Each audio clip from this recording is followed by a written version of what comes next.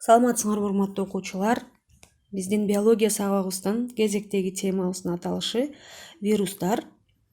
Предмет биология 10-класстар үчүн мугалими Жунусалиева Элиза.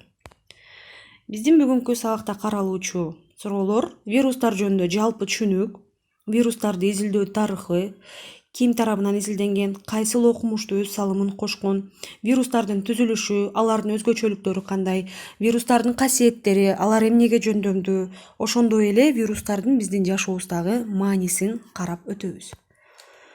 Вирустар жөнүндө жалпы түшүнүк: биз билгендей эле вирустар клеткага чейинки организмдерге киришет, анткени алар ээсинин клеткасына киргенге чейин толук камдуу жашоо тиричилигин алып бара алышпайт. Вирустар латын тилинен которулганда вирус у дегенди билдирет. Бул тирүү организмдердин клеткаларын ооруга чалдыктыруучу микроскопиялык майда бир бөлүкчөлөр катары каралышат. Вирустар облигаттык паразиттер болуп эсептелинишет, анткени алар клеткадан сырткары көбөйө алышпайт. Качан гана башка бир клеткага кирет, ошол учурда гана көбөйүп жана жашоо тиричилигин толук түрдө алып бара алышат. Азыркы күндө өсүмдүктү, жаныбарларды, козу карындарды жана ошондой эле бактериялардын клеткаларында көбөйүүчү вирустар белгилүү. Бактериялардын клеткаларында көбөйүүчү вирустарды биз көбүнчө бактериофагтар деп атайбыз. Алар ошол бактерия клеткаларын эритип жок кылууга жөндөмдүү.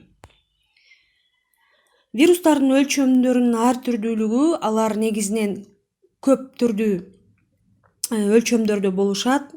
Биз билгендей эле булар абдан майда тирүү организмдердин катарына кирет. Өлчөмү 20-дан 300 нанометрге чейин, орто эсеп менен бактериялардан 50 эсе кичине. Көптөгөн микроскоптор менен дагы вирустун түзүлүшүн көрүүгө мүмкүн эмес.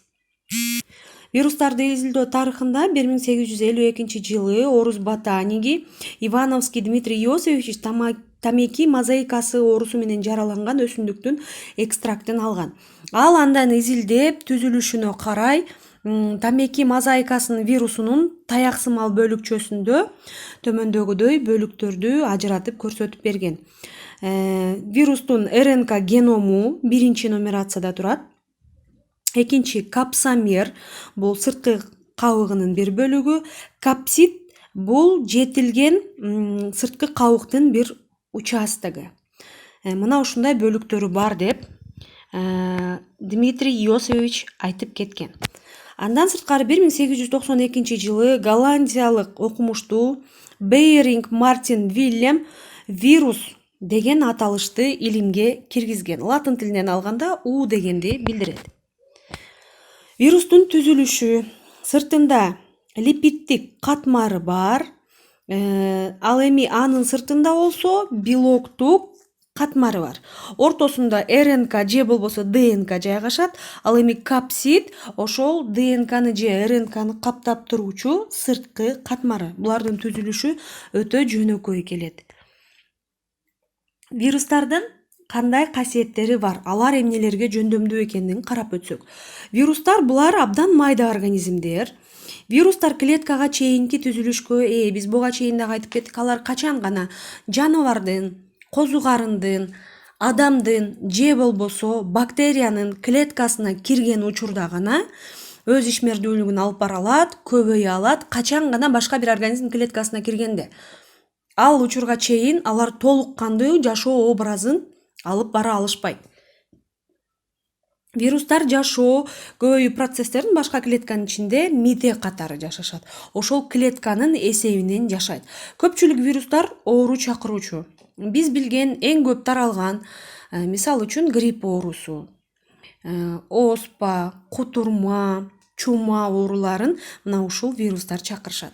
Вирустардын түзүлүшү абдан жөнөкөй. Буга чейин карап өткөндөгүдөй эле жөнөкөй клеткаларда, жөнөкөй жаныбар же болбосо өсүмдүк клеткасында пластида, митохондрия, аппарат Гольджи, лизосома деген органоиддер бар. Ал эми бул вирустардын түзүлүшүндө андай татаалдаштырылган органоиддер жок. Булар абдан жөнөкөй түзүлүшкө ээ. Вирустар тирүү жана жансыздыктын чегинде жашашат. Буларды биз тирүү организм катары карайбыз, бирок клеткага чейинки түзүлүш деп айтабыз. Жөнөкөй тил менен айтканда, алар клеткага кирген убакка чейин биз аларды уктап жатканга окшош абалында карап өтөбүз. Ал качан гана башка бир ээсинин клеткасына кирет, ошол учурда тирүү организм катары эсептелинет. Бирок биз аларды өлүк организм деп дагы эсептей албайбыз. Ошондуктан буларды тирүү жана жансыздыктын чегинде жашаган организм катары карайбыз. Вирустун ар бир тиби белгилүү болгон гана клетканын тибин таанып ооруга чалдыктырат. Бир вирус бардык клеткаларды ооруга чалдыктырып, бардык клетканы жок кылып салууга жөндөмдүү эмес. Ал өзү тааныган гана, мисалы үчүн эпителий тканынын вирусу боло турган болсо, ошол эпителий жабуучу ткандарды гана ооруга чалдыктырат. Кайсы бир өзүнө белгилүү болгон тканды таанып билет, ошол тканды гана ооруга чалдыктырат. Вирустардын мааниси, булардын көбүнчө эле мааниси ооруга чалдыктыруу. Адамды ооруга чалдыктырууда бул көбүнчө адамдарда аябай көп кездешкен кызамык, грипп, шал, кутурма, оспа, трахома, энцефалит жана онкологиялык шишик ооруларды, спид, герпес, бул герпес оорусу биз көбүнчө учук деп атап коебуз, мына ушул ооруларды чакырат. Андан кийин жаныбарлардын оорусун чакырат. Жаныбарларда вирустар шарп, чума, кутурма ооруларын чакырышат.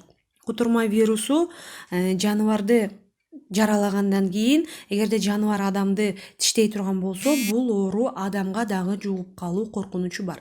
Эгерде биздин жашообузда бир кутурган ит же болбосо мышык адамды тиштей турган болсо, биз ал жөнүндө үйдө ооруган адамды кармап олтурбастан сөзсүз больницага алып барып көрсөтүүбүз шарт. Больницага алып барган, дарыканага алып барган учурда ошол тиштеген жаныбардан кошуп анализдер алынат. Эгерде тиштей турган болсо, жаныбарларды өлтүрүп салуу туура эмес. Алардан да анализин алып, тактагандан кийин анан тийиштүү чаралар больницаларда көрүлөт. Өсүмдүктөрдү дагы ооруга чалдыктырышат. Көбүнчө мозаика оорусун чакырат, жалбырак, гүлдүн түстөрүн өзгөртүүсүнө алып келет, формалары өзгөрөт, боюнун кыскарышы, карлик формаларынын пайда болушуна дагы булар себепчи боло алышат. Андан сырткары бактерияларда эгерде булар жашай турган болсо, аларды ажыратууга, эрип жок болууга дуушар кылышат. Бактерияларды жаралоочу вирустарды биз бактериофагтар деп атайбыз. 1917-жылы бир учурда эле Франция жана Англияда бактериофагтар ачылган. Кээ бир бактериялар чакыруучу ооруларды айыктырууда колдонулушат. Мисалы үчүн чума, тиф, дизентерия ооруларында. Биз айтып кеткендей эле булар бактерияларды эрип жок болууга дуушар кылышат. Ошондуктан булар кээ бир ооруларда колдонулушат. Булардын түзүлүшүн карап өтө турган болсок, койрогу, койрок жипчелери жана баш бөлүгү бар. Бышыктоо үчүн, демек, вирустардын ар кандай түрлөрү болот жана алардын өлчөмдөрү, түзүлүштөрү ар кандай. Мисалы үчүн, ВИЧ оорусун чакыруучу вирустун түзүлүшү жогорудагыдай, гепатит Б, жөнөкөй тил менен айтканда сарык оорусунун бир формалары деп айтабыз. Эбола вирусу, аденовирус, грипптин вирусу жана бактериофаг. Демек, булардын формалары, түзүлүштөрү ар кандай типте болушат. Булар көбүнчө практикалык мааниси, булар оору чакыруучулар. Ошондой эле бактериофагтар бизге кээ бир ооруларды жакшыртууга жардам бере алышат. Булардан этият болуш үчүн биринчи кезекте биз тазалыкты сакташыбыз керек жана ооруган адамга жакындабаганга аракет кылышыбыз керек. Дистанцияны сактап, маска тагып, алар менен байланышыбыз керек. Үйгө тапшырма, биз силер менен вирустардын классификациясын карабадык. Эгерде баштап айта турган болсок, вирустар маалыматты кармоосу боюнча ДНК кармоочу вирустар жана РНК кармоочу вирустар болуп бөлүнүп кетишет. Ошолордун классификациясын карап, өзүңөрдүн чыгармачылыгыңар менен тиешелүү материалдарды үйгө тапшырма катары даярдап келесиңер. Саламатта калгыла.